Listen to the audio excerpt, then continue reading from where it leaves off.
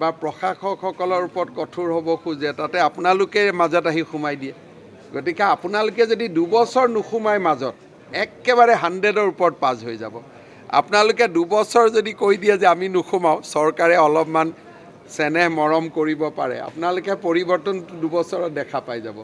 মইতো আৰম্ভ কৰিছিলোঁ যিসকলে কমপ্লিট ফেইল কৰিছিলে হেডমাষ্টাৰসকলক মাতি আনি মই কথাও সুধিছিলোঁ যিজনে মদ খায় মদ খোৱাটো অপেনলি কোৱাই দিছিলোঁ ৰাইজৰ আগত আপোনালোকে মাজত সোমাই গ'ল শিক্ষাগুৰুক অপমান কৰিলে অমুক কৰিলে মই বাদ দি দিলোঁ এতিয়া ল'ৰাবিলাক ফেইল কৰিলে কিন্তু তাৰ পিছৰ বছৰ গভৰ্ণমেণ্ট স্কুল সকলোতে 100% পাছ কৰিছিলে গতিকে শিক্ষকৰ মাজতো সকলো 5টা আঙুলি সমান নহয় সেই শিক্ষকৰ সন্মান কোনে পাব যোনে সম্পূৰ্ণভাৱে শিক্ষকৰ মৰ্যাদাটো গাত বান্ধি লয় কিন্তু যদি শিক্ষক হৈ LICৰ এজেণ্টটো হয় তাক আমি LICৰ এজেণ্ট হিচাপে গণ্য কৰিম নে শিক্ষক হিচাপে গণ্য কৰিম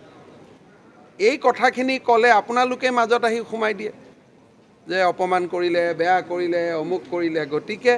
অকণমান আমি সকলোৱে ইয়াৰ দায়িত্ব ল'ব লাগিব অকল শিক্ষামন্ত্ৰীক দায়িত্ব দিলে নহ'ব এই যে 8খন জিলা ইয়াতে 103খনত আপোনালোকে দেখিছে যে ল'ৰা পাছ কৰা নাই